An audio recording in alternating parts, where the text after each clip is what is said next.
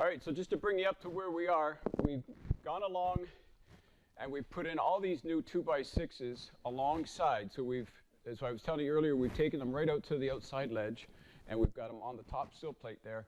And then we've just brought them out, at 12 feet. We'll cut them off once we get things squared up.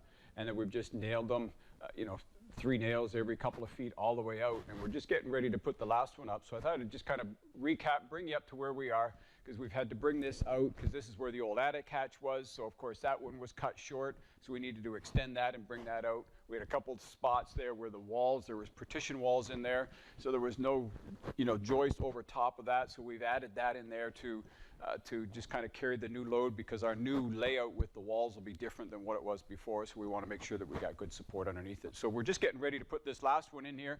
So I thought I'd recap it, just show you what we've done up to this point, and now we're ready to go. So it's just a matter of just raking back the insulation, exposing, the ceiling joist on either side, and then making sure there's no wires. In our case, we've terminated all the wires, as I said before, so we were able to just kind of yank those out of the way. But you want to make sure that you got your clearance in there. And if you're going to be considering to put a beam down, that's one of the first things you want to look at. You want to look at your electrical, how things are running up there, mechanical, all that stuff.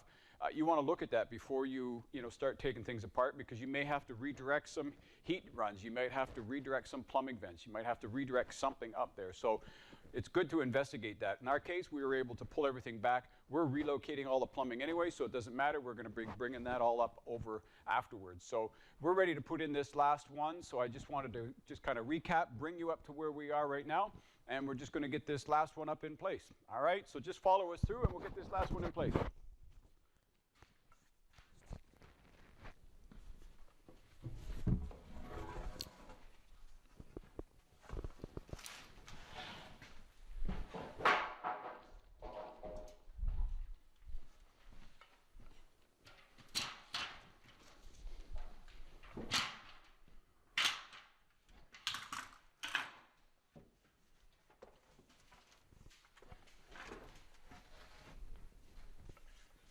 You're going to turn that. I think that's probably Get that strapping there too.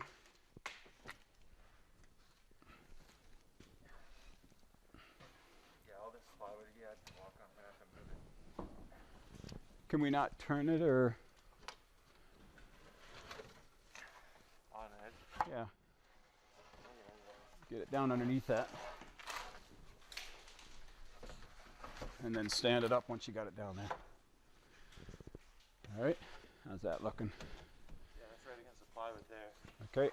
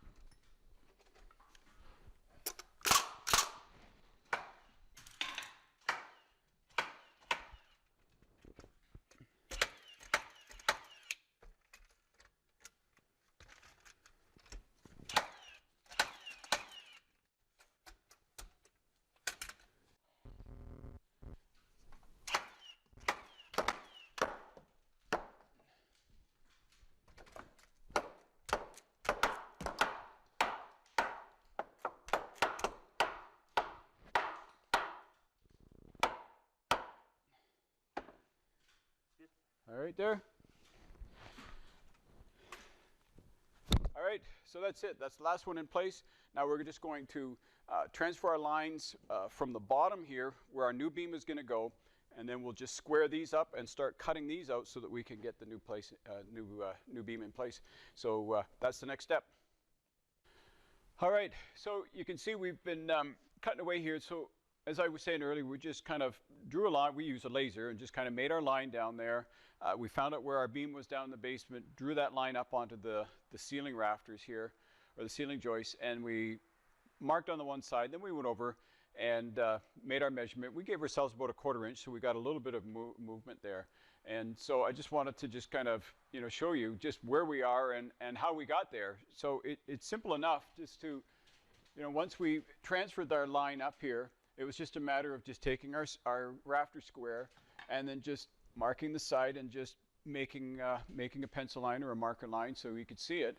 And then we just cut straight up, and that gives us our cavity that we can recess the beam. And we want it to be flush with the bottom of these guys. So, you know, we've given ourselves a 1/4 inch space just to give it a little bit more room. So I thought I would just kind of finish these last couple off here for you and just, you know, just show you it's not rocket science. It's just a matter of doing a little bit of math. So I guess there is some math in rocket science, but it's not terribly over the top. It's just prepping, finding out where your beam is downstairs, where you need to transfer that load, and then making your marks up on the ceiling accordingly and giving yourself enough room. So that's basically where we are. We just, you know, you can see as we've been coming along, we've got these all opened up. It's just these few down the middle now that we got to finish off. And then we're ready to start marking out our beam and getting our beam up there. And we'll just do a single ply at a time. Get it up in there, nail it, secure it, and build it up that way. So yeah, so I'll just finish these last couple off here so you can see. It's very simple. Like I said, just marking our lines. We've already transferred these guys up on that side, but I'll just move them over here to this side. So it's just a matter of just lining up with these lines that we've got so that we keep it nice and square going down there.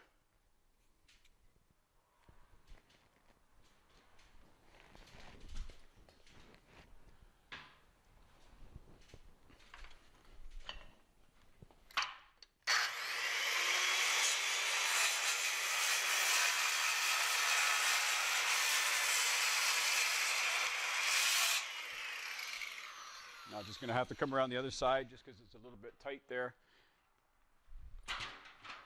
And I'm left-handed, so I need to do it that way.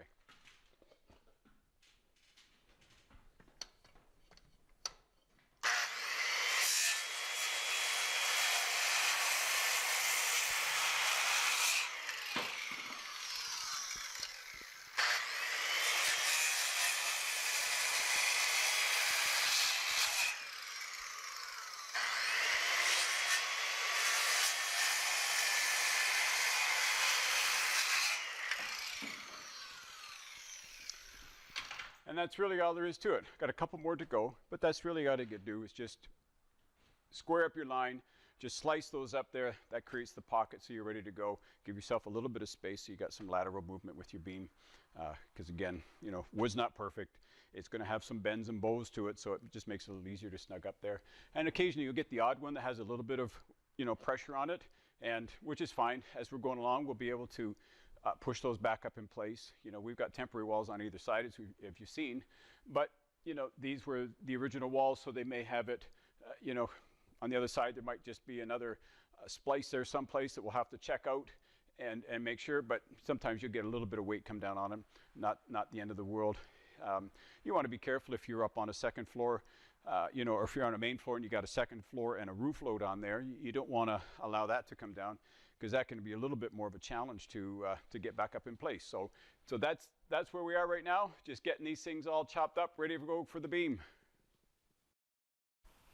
All right, so the other thing is just doing a little bit of math, you know, because we got the point load, and the point load is just down in the basement. You need to have a column or something, you know, weight bearing that you can bring this, you know, this weight from this the new beam and post that we're putting up here that has to transfer down into the basement.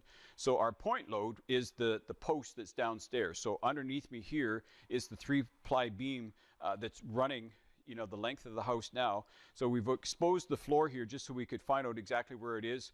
So we just, you know, went down in the basement, put a nail up through it so we could see exactly where center was. So we get center on our post and down in the basement, and then our new columns upstairs will be bearing right on top of that. So all the load from this ceiling is all going to go transfer onto the outside walls and onto these posts. And so it's important that you have packing. So you want to make sure that there's, you know, from the top of your beam to the top side of your floor, you want to make sure that that's packed in there. So in this case, we've got 2x8 floor joists. So we'll be packing that with 2x8 and then putting our new post right on top of that. So there's that continuous travel right down onto that point load, which is going down into the basement, which is on a strip footing down underneath the concrete downstairs. So again, it's just a little bit of math to find out exactly where that is, but you don't want to be, you know, bringing a load down onto a beam without any support underneath it there, you really got to be careful with the calculations and where your point loads go, because it's really important. So that's where we are with this. So that's, you know, what we've done here. We just open up the floor, get it ready to go for our new post to support our beams. And then when these posts will be built into walls, this will be a closet upstairs when it's done. And so these posts will be nicely hidden inside the closet, so there won't be anything exposed. There'll be no visible posts anywhere in the room. We'll just have a completely wide open space, which is just going to look amazing. So yeah, so we'll keep you up to date as we get going on this, but I just want to let you know where we were in that, and just the importance of bringing that point load down into the basement onto a structural column so that you carry that weight down through there. So many people, I've seen it before, where people just kind of, you know, take out walls and they just put in a post and they just stick it on the floor someplace, and over time it starts to sag and starts causing some issues. So you don't want to get caught in that situation. So that's the proper way to do it. Make sure it's packed, no barrier, or nothing free in between. It's completely packed and ready to go. And so we're off to the races here. Going to continue off with our beam and get that loaded up and get our posts in place here and carry on. Okay, well, we got the first beam up in place here. So yeah, it was getting a little bit dark last night as we were finishing up this first section, so we didn't get a whole lot of it videotaped, so we're going to get you caught up here now. So really all we did was just put up that one 2x12. What we had to do at the end here is, because our roof line comes in fairly low, we've chopped off a chunk of that, the end of that 2x12, so it would fit in there. And because we've, you know, kind of reduced the structural integrity of that 2x12, what the engineer and I came up with was to sister up a couple of 2x6s on the edge to just strengthen that little bit. So that's what we've done at the end here, is we've just sistered in a couple of pieces of 2x6. We've come out 4 feet, which is about a third of the span of what we've got here. We've got about 12-foot span here, so we've come out about a third. And just sistered up a couple of 2x6s on either side of it, just to take, you know, just to strengthen up what we've cut out to make it fit inside. So we just put the one side up, nailed it into the ceiling joist, and then sandwiched in our next one and our third one, and now we're ready to start putting the hangers on and get ourselves going onto the other side to get the second one, and then we'll bring the post down. And so what we're going to do is, I'll talk about the post there in a second, and you know, just the importance of bringing that down right on top of the beam. But now we're ready to go. We're just going to get cleaned up here. We've made quite a mess of, you know, opening things up, getting these inside there, you know, because every one of these joists will start to do their own thing after a while. So it's just lining everything up and squaring it up. So now we're ready to hang the hangers, get this cleaned up, and get ourselves ready to go for the other half. Okay, so where our new post is going to be coming in to catch the beams that we're putting in, the post is going downstairs on top of the beam in the basement, and then directly below me is there's a 6x6 post in the basement that's holding this beam up and going down onto the strip footing that's supporting the whole house. So the idea is, now that we've got these point loads coming in, we've removed all these walls, so the weight is going from that post in the far wall to this post, the new post we're going to put in here, and this weight needs to be carried down in the basement. So what we're going to do is just take some 2x8s, because we've got 2x8 floor joists here, and we're just going to stack these out here to build up this floor with 2x8s, and then we'll be able to put our new sheeting over top, and then our post will go right down over top of that. So that'll carry the point load right down in on top of our beam. And we do it this way because, you know, if our beam isn't 100% lined up with the one downstairs, you know, we don't want things crooked and sideways. So sandwiching this up, hacking this floor joist space allows us to fill that up so we can plumb our new post here, carry it up into our beam and support it. So that's the way to do it, is just to pack this out so that continuous load is going right from the beam up above us here right down to transfer it onto the beam in the basement. Does that make sense? So that's really all we got to do, is just pack this out so that we can bring our new post down, and then each beam is going to have its own 3-ply 2x4 post. So it'll be bearing on 3.5 inches. Each post, or each beam, sorry, will be on its own 3-ply 2x4 post, and that'll carry that weight down into the basement nicely. So that's what we're going to do now. We'll get this set up, we'll get this packed in here, so we got this material ready to go, and then we can get our first post in, and then we can get our next beam ready to go and get that in place and get this space opened up. Okay, so we got this section of the beam up, and you'll remember that when this 2x12 went into the ceiling space, the roof line was too low, and so we had to chop a corner of the 2x12 out to get the beam to fit up there properly, and then to make the rafter even to sit on top. So what we've done to kind of add or to compensate for what we've chopped out of the beam is we added 2x6s on either side, and that's what you see up here. We've sandwiched a couple of 2x6s on each side, and then nailed those into the beam that comes across just to compensate a little extra. It's a little bit of a overkill, a little bit stronger, but I'd rather be a little bit safer than sorry. So we've done that, and then we've brought a 2x4 stud underneath each one of them to create our post, so that the weight comes down off of that now or is carried right down onto the foundation wall. So that part's all set, and we're getting ready to put our post in place, and then we can start taking out the rest of these walls. I've already taken some of these out because I'm just anxious to get this thing open and just create this space. So we've taken part of this wall out behind me here because we've gone along and we've put joist hangers on every one of the ceiling joists that have gone into our new beam. So each one of them is now suspended off of our beam. We've put a 2x6 hanger around there, nailed in each one. And I want to just talk about that just briefly. Make sure you get the right hanger nails. They have a better shear strength than, you know, screws or some people I know have used roofing nails in the past because they're cheap and they're easy to get a hold of. They don't have the shear strength. The head will just snap off of a roofing nail, especially. So make sure you use proper hanging nails to put your brackets on. That goes for your outside on your deck, inside when you're hanging joists off of a beam. Anything like that, make sure you use the proper hanging nails so that you have that shear strength, because you got to remember now that once we take all these other walls that were inside here, this is going to be our main support. And so some of these are spanning 14 feet. So we want to make sure that we got a good shear strength on there. You don't want to trust that to roofing nails or to drywall screws or anything like that. You want to make sure you've got some proper nails in there. So just keep that in mind.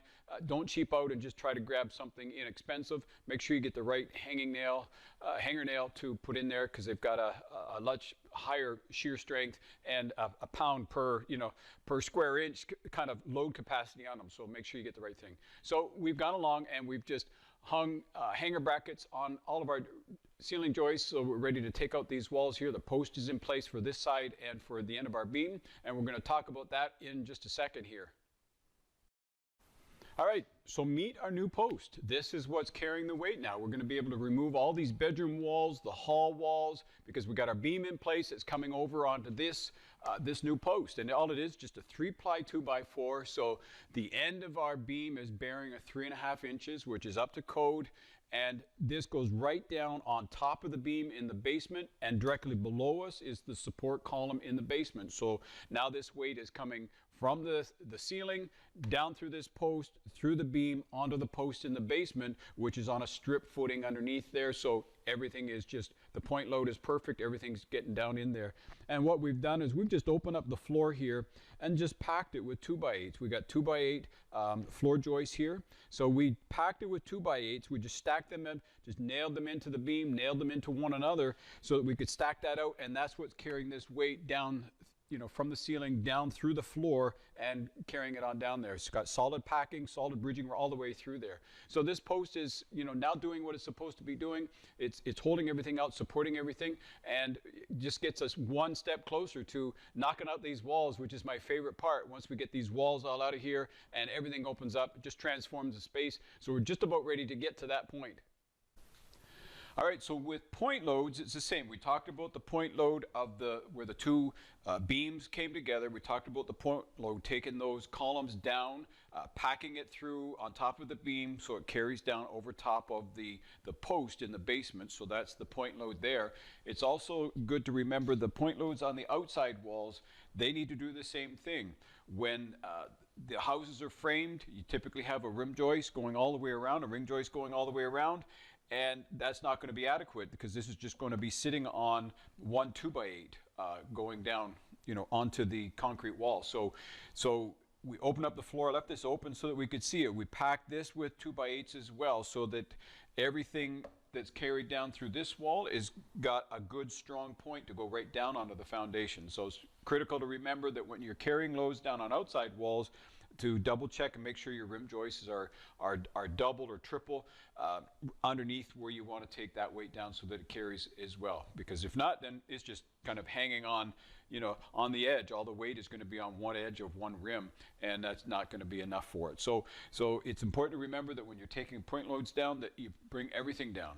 I mean, I can't count the number of homes that I've been into where people have just knocked out walls and they've just kind of jerry-rigged things, and it's just, you know, then, you know, a decade later, you know, ceilings are sagging and it's just a terrible mess, and it's just for that reason. They just didn't take the loads down. They didn't even, some of them I can remember opening up walls and they didn't even take them in and put posts in the wall. They just kind of cut the beam and put it into the wall, didn't carry anything down. So it's important to remember that, you know, adding beams, opening up walls and doing all that stuff is great, but just remember your point loads have to go through and just be carried down onto something solid, either a footing with a post or onto a exterior concrete wall, your foundation walls. It's got to be carried down onto that. So that's all that is. Again, it's just the engineering. You know, I would suggest using an engineer to design these things, especially because I really believe that we need to take permits out on things that we do. It saves you, you know, a lot of aggravation. When you go to sell a property, people are going to look and check to make sure permits were taken out. If additions were put on or a place has been remodeled, people will check to make sure the permits were pulled and things were done properly. So you want to cover yourself now. You know, it sounds like a lot of extra work, and it might be a little extra work, but it's worth doing it because then it's just saving you headaches and griefs down the road. And it protects you both ways. It protects you so you know that the work is getting done right, and it keeps the contractors honest as well, because they're going to be doing everything to code, and then you know there's not going to be any issues down the road. So take permits out, get engineers, get things stamped, get things done properly. And then just go from there. It'll save you a lot of headaches. So don't forget, point loads down, make sure that all your points are covered, and then you're ready to open up space. Okay, so we've gone along this space, and we've put a hanger bracket on every ceiling joist that's going into our new beam.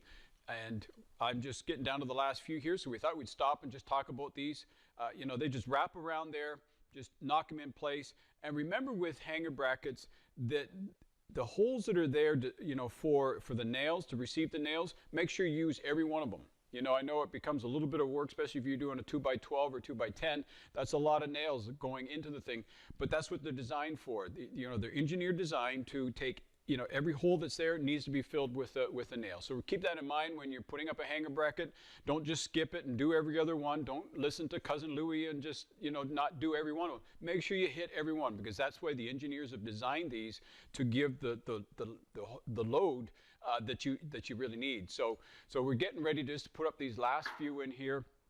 And I get to use one of my favorite tools, this just a little palm nailer.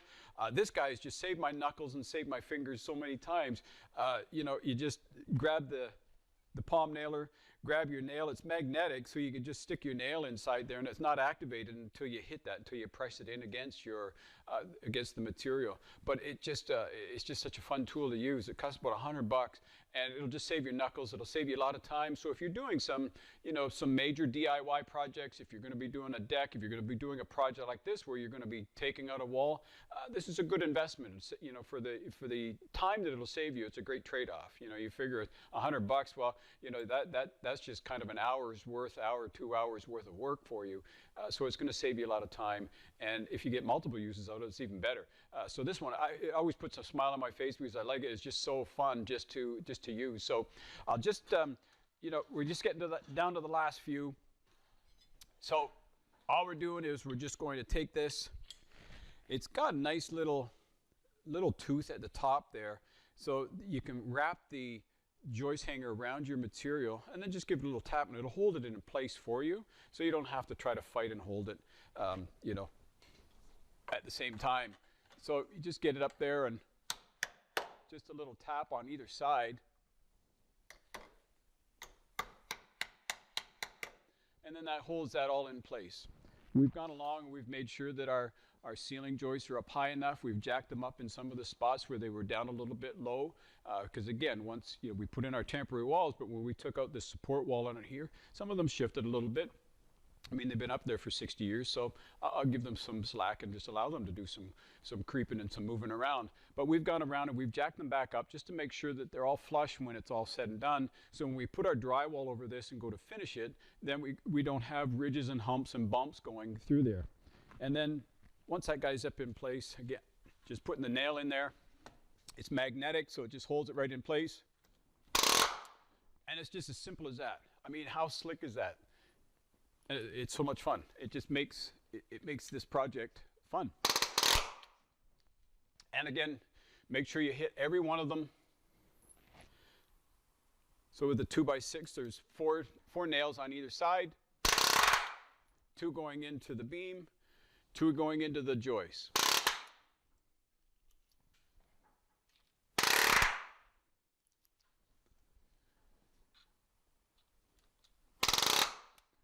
The nice thing about it is it just makes you feel really good. It makes you feel like you're ambidextrous because now you can use it on your left hand, your right hand. I'm left-handed, but it's just as easy to use as with my right hand. Try doing that with a hammer. I've gotten used to it over the years using my right hand to swing a hammer. At first it felt odd, but now it feels good. But this is so much easier. You don't have to be really talented. It's so easy to grab this thing. And that's all it is to it. Just making sure you've got every one of them. So every one of these nail holes is filled. Our joist hanger is up there nice and tight.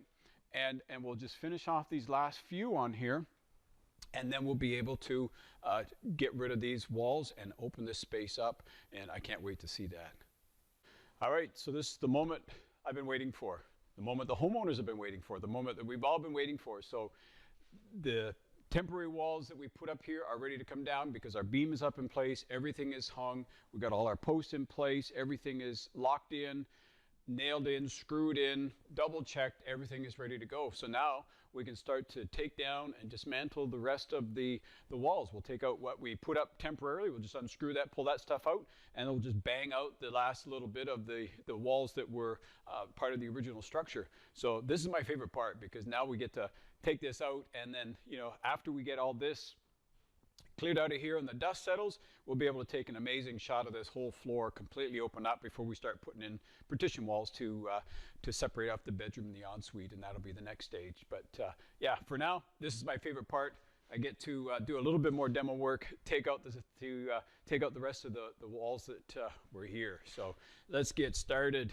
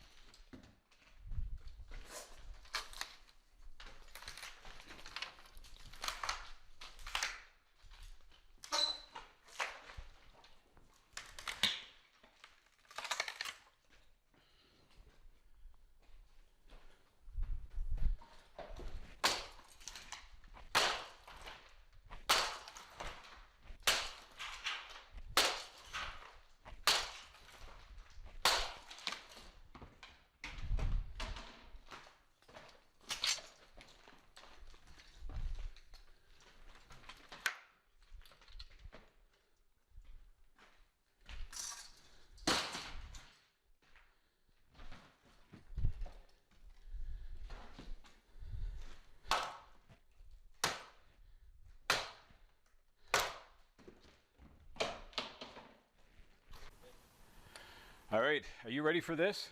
Here it is. Look at this wide open space. Talk about your clean slate, ready to be filled in.